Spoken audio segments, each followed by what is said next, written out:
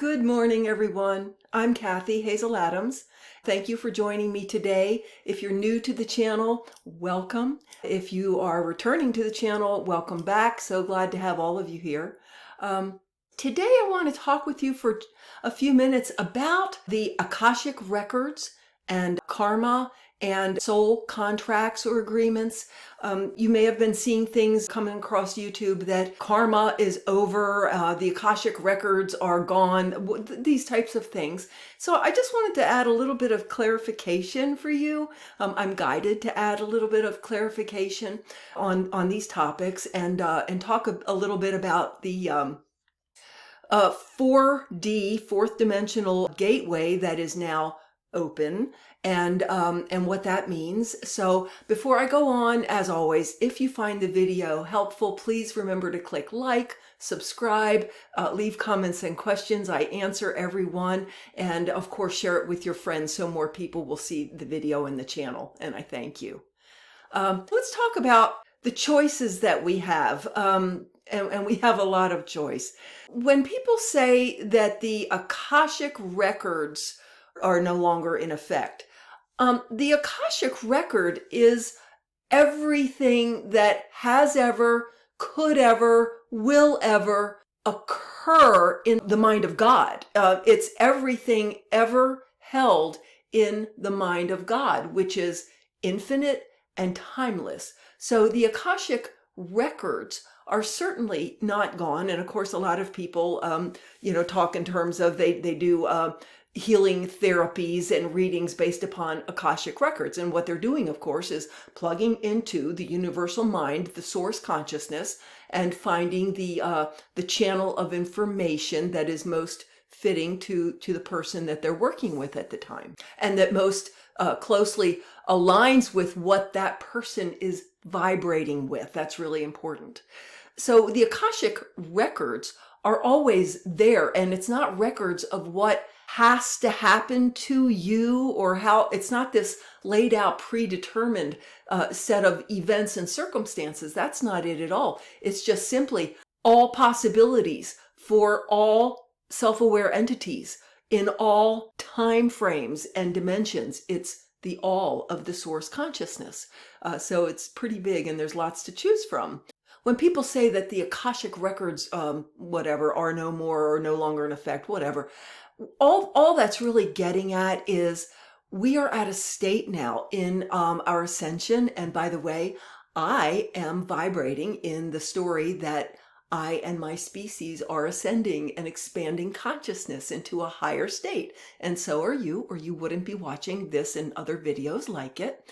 So in this higher state of consciousness, the fourth and fifth dimensions, you're more directly aware of the idea energies that get expressed and projected into what our physical sensors pick up as the physical world, the events and situations and people and groups of people in our reality. So as we become more aware of the energetic information behind the physical sort of 3D movie that we create with it, and we have a special sensor, a special chip that helps us pick everything up as physically manifest. I've said this in other videos. If entities, consciousnesses come from other systems and look at our system or even enter it, they don't see us physically. They don't see our world physically. They perceive the vibrational, energetic ideas behind what we pick up physically with our physical chips, our physical sensors. And so once we raise up in vibration and our consciousness is expanded, we start becoming aware of ourselves as I exist as a conscious entity, and I choose which story, which timeline, which version of a story and timeline that resonates to me, that resonates with what the ideas that I hold to be true right now. So you become aware of yourself as the holder of all possible stories, the chooser of the stories, and you start becoming aware of, by watching the stories that you are participating in, you become self-aware, like, oh, I'm vibrating in the story where there's dark forces fighting with the forces of light for the soul of the earth. Okay, if you're vibrating in that story, then that's what you're going to perceive and pick up, and that's the timeline you're going to follow. But the thing is, when we get into that level of awareness, the fourth dimensional awareness and then the fifth dimensional, you're no longer bound by the stories. You're no longer bound by physical law, which actually are just suggestions according to Swami Aurobindo, and are not law, but just how things often happen in the construct that we've created, according to my teacher, Seth. So we raise up and expand to where we realize that we are, and we choose which stories and timelines to align with and to experience. Then you realize you're in the story of, oh, I'm a multidimensional consciousness, that part of me right now is focused in this physical earth construct. I exist in all my other consciousnesses as well, and I'm not bound by any one story. I can just keep expanding and growing to where my story is. I can just keep expanding and growing. So the Akashic records are not gone. They're not dead. It's just where you are, what a lot of the ETs are calling from the vantage point. Your vantage point becomes higher, and not just higher, expanded. You can just see and understand so much more, so that you're no longer limited to what you could see and understand when you were in the 3D focus of consciousness. And I must tell you that I've been perceiving it today and yesterday, not as a higher than, which is, they all keep saying that, by the way, that we're not higher than you, we are you. Well, I've been perceiving this in this 4D awareness and 5D awareness. I've been perceiving it's more of a lateral thing. It's not that when you go into the fourth and fifth dimensional vibration, you're higher than consciousnesses that are focused in the 3D. The 3D focus is just a lot more narrow, and it can't see and understand what you can see and understand from the fourth and fifth dimension. But it's not lower than, it's not worse than, it's just the version of our consciousness that hasn't gotten there yet. It's just phases of a consciousness. The way you would think of like an acorn and an oak tree. There's the acorn, and then there's the sprout, and then there's the sort of the seedling and the young shoots and the young tree, and then the oak tree. One isn't better than the other or higher than the other. They're different phases of the growth of an oak tree. And in this case, 3, 4, 5D, there's no higher, it's different phases of consciousness. And when you start realizing it's all about what you're vibrating in and which stories you are buying and believing to be true. And again, you get up into that fourth and fifth D and you start realizing, oh, none of it's true for me until basically I accept it as being true for me, and consciously or unconsciously go along with that version of the story. Again, the story I am going with is, and I know it is, I'm in a species that is ascending out of limited focus and into higher focus. And I will tell you too that I had been having a nonverbal conversation with my Arcturian guides, teachers, and asking, well, then aren't you still in a story? Because your story is you're helping us expand and giving us energies. And the answer was really yes, that their true being and their story that they really vibrate in at that level, in its ninth dimension, is helping any consciousness or group consciousness, like our species, that's trying to expand and raise and expand in awareness and understanding. They're right there to help with the expansion. That's what Arcturians do. They're all about soul's evolution, the evolution of consciousness. So yeah, that's the story they're vibrating in, and they know it. And I'm being given that I need to just say this, that the sort of personalities like Leti and Tia that show up on the GFL station, or even the collective that speaks through channels like GFL station or Daniel Scranton, they're really acting as the face of, the front man for the morphic field or energetic state of consciousness always has ability and drive to expand, raise, expand. That's what consciousness does. It expands. And so that's a morphic field, consciousness, expansion, and raising. And again, the Arcturians and others are sort of the front man for that morphic field. Just like angels aren't people, they're sort of the personality essence front man for the morphic field of protection, safety, abundance, or whatever it is, if that makes sense to you. So karma and soul contracts. The thing is, if you don't know that you're the holder and chooser of the story, you're the one that's aligning with a certain story, you're going to be all sort of like lost in that story.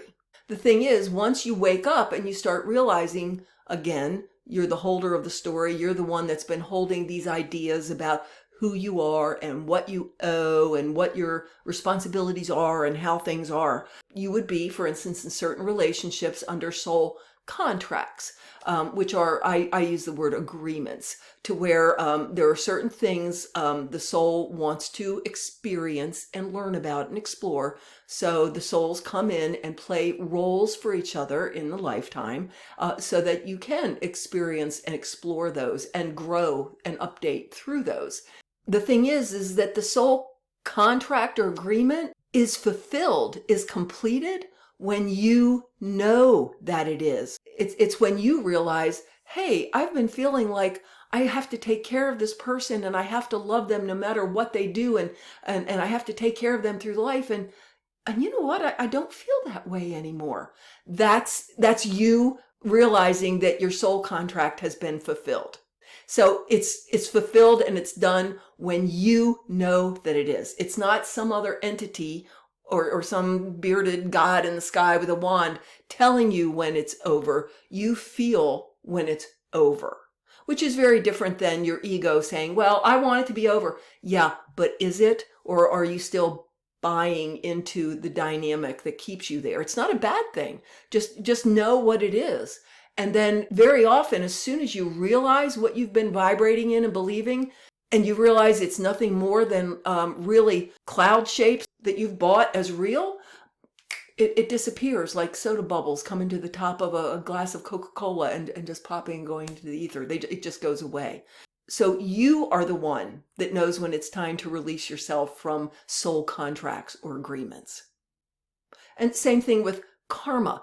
Karma is not about tit for tat. You did this, so this. It's not about punishment. It's the soul wanting experiences in education and exploring topics of abundance versus lack, selfishness versus selflessness, boundary and loving self and taking care of self.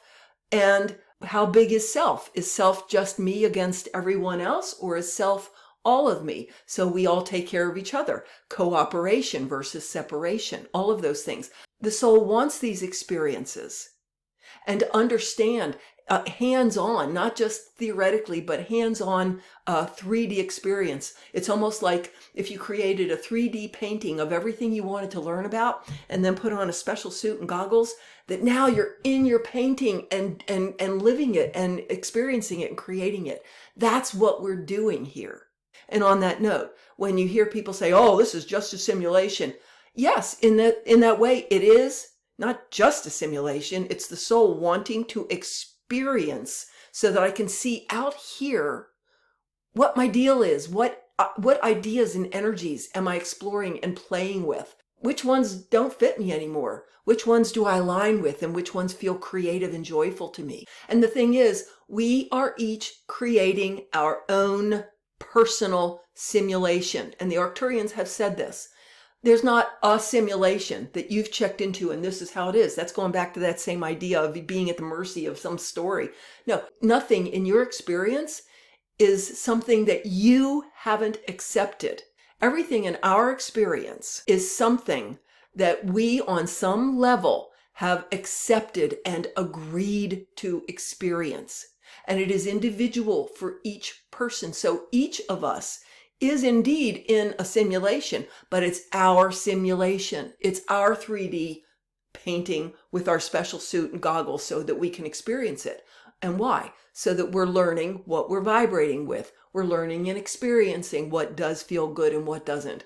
And Seth and others have said, so that we become responsible creators.